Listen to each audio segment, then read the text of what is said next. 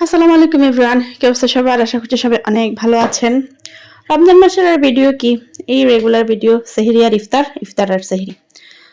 তো আমি হচ্ছে ২ দিন মানে যে ডেইলি ব্লগ ভিডিও ওগুলা আসলে শেয়ার করা হয় নাই। তো এটা হচ্ছে ৩য় রমজানের ভিডিও, অলমোস্ট ৫ম রমজান শেষ।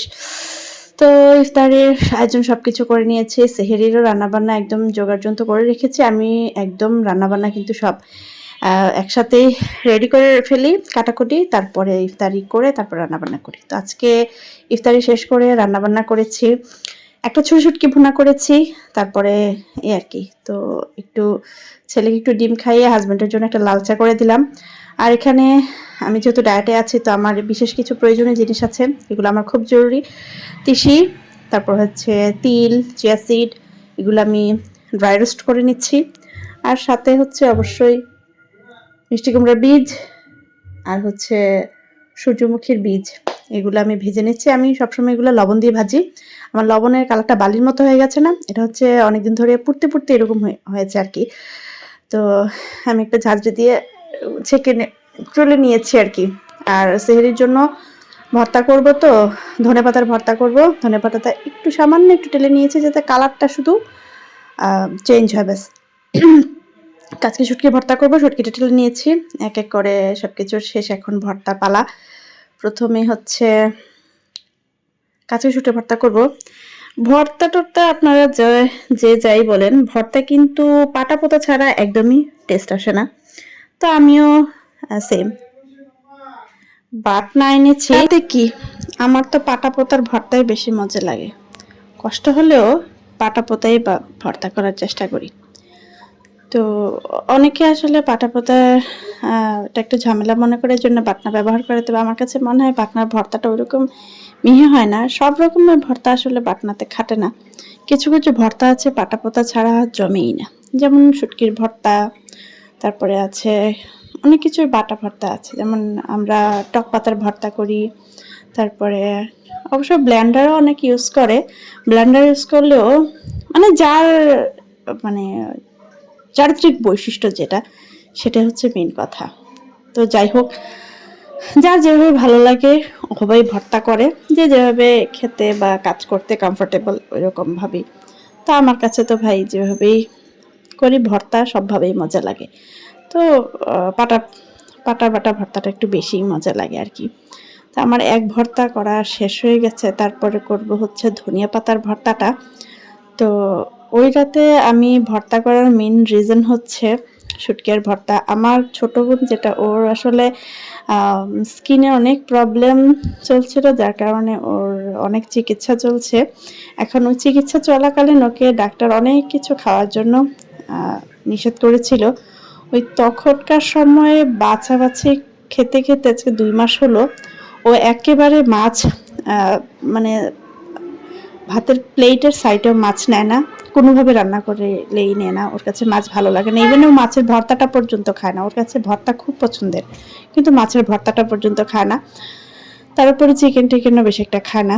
সেজন্য আসলে ওর জন্য শুটকির ভর্তা, ওর শুটকি ভীষণ ভীষণ পছন্দ। শুটকির ভর্তা, শুটকি ভুনা, শুটকি তরকারি ও খুব পছন্দ করে।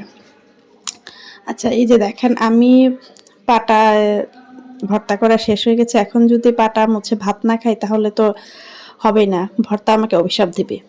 কারণ পাটা মোছা ভাতটা এত মজা হয়, আমার মনে হয় না কোনো মেয়ে লোভ সামলাইতে পারে, হাতে গোনা কিছু মানুষ ছাড়া।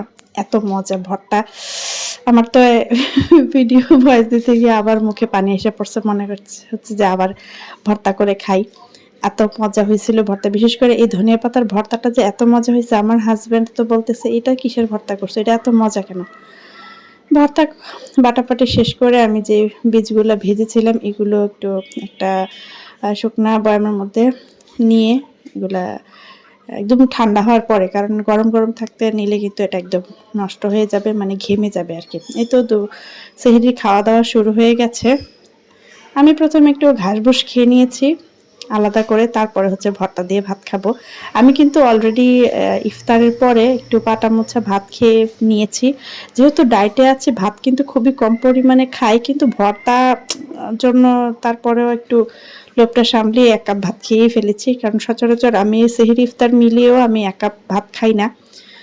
তারপরেও আজকে এই ভর্তার জন্য খেয়ে ফেললাম। ভিডিওটা আমার প্রায় 3-4 দিন আগে।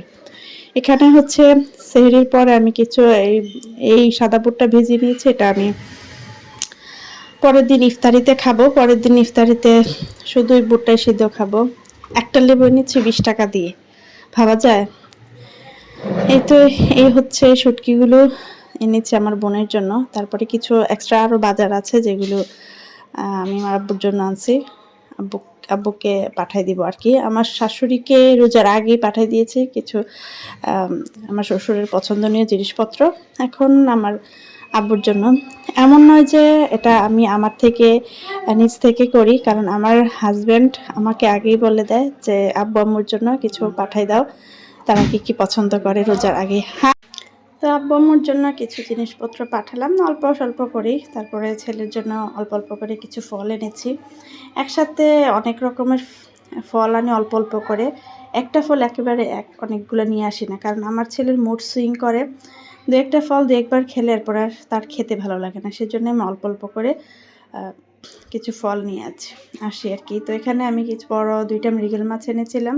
আমার আব্বু মৃগেল মাছ খুব পছন্দ করে, তো সেজন্য আব্বুর জন্য কিছু মাছ দিব, আমি কিছু রেখে দিব। আর এখানে চিংড়ি মাছ এনেছিলাম, বড় সাইজের চিংড়িটা 1/2 কেজি এনেছি।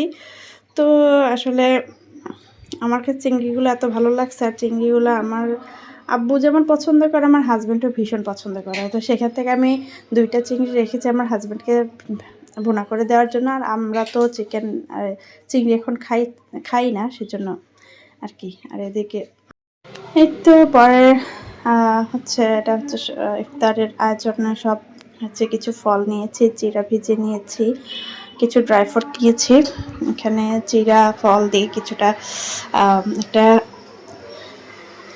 আমি সেহরির ইফতারের জন্য এটা করব।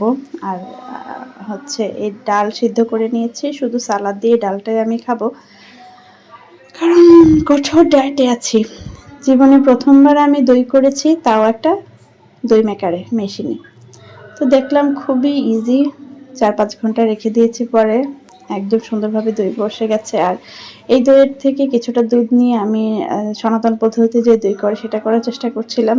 বা 5-6 ঘন্টা পরে দেখি এখনও সে দুধই রয়ে গেছে, তো তাকে আবার ঢেকে নিয়ে দিয়ে দিলাম।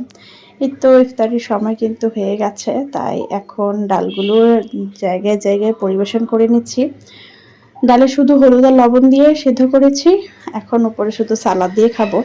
আসলে মশলা ছাড়াও এই খাবারটা খুবই মজা হয়, ডাল সিদ্ধটা। আমাদের কুমিল্লাতে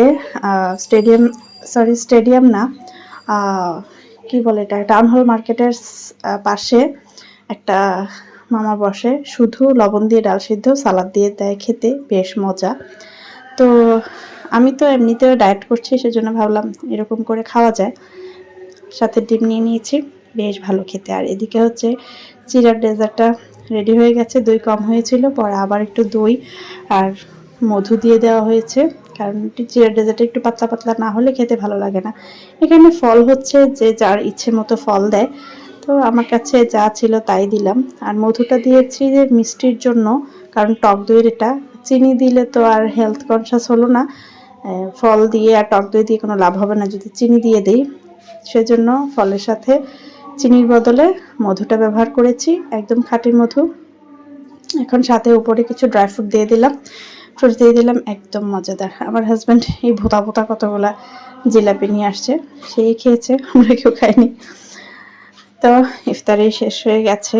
ইফতারিতে হেলদি খাবার আসলে একটু ভালো করে মনোযোগ দিয়ে করলে হেলদি খাবারগুলোও অনেক মজা হয়। এমন না যে হেলদি খাবার আসলে বেশি মজা হয় না, আসলে হেলদি খাবারও মজা হয়।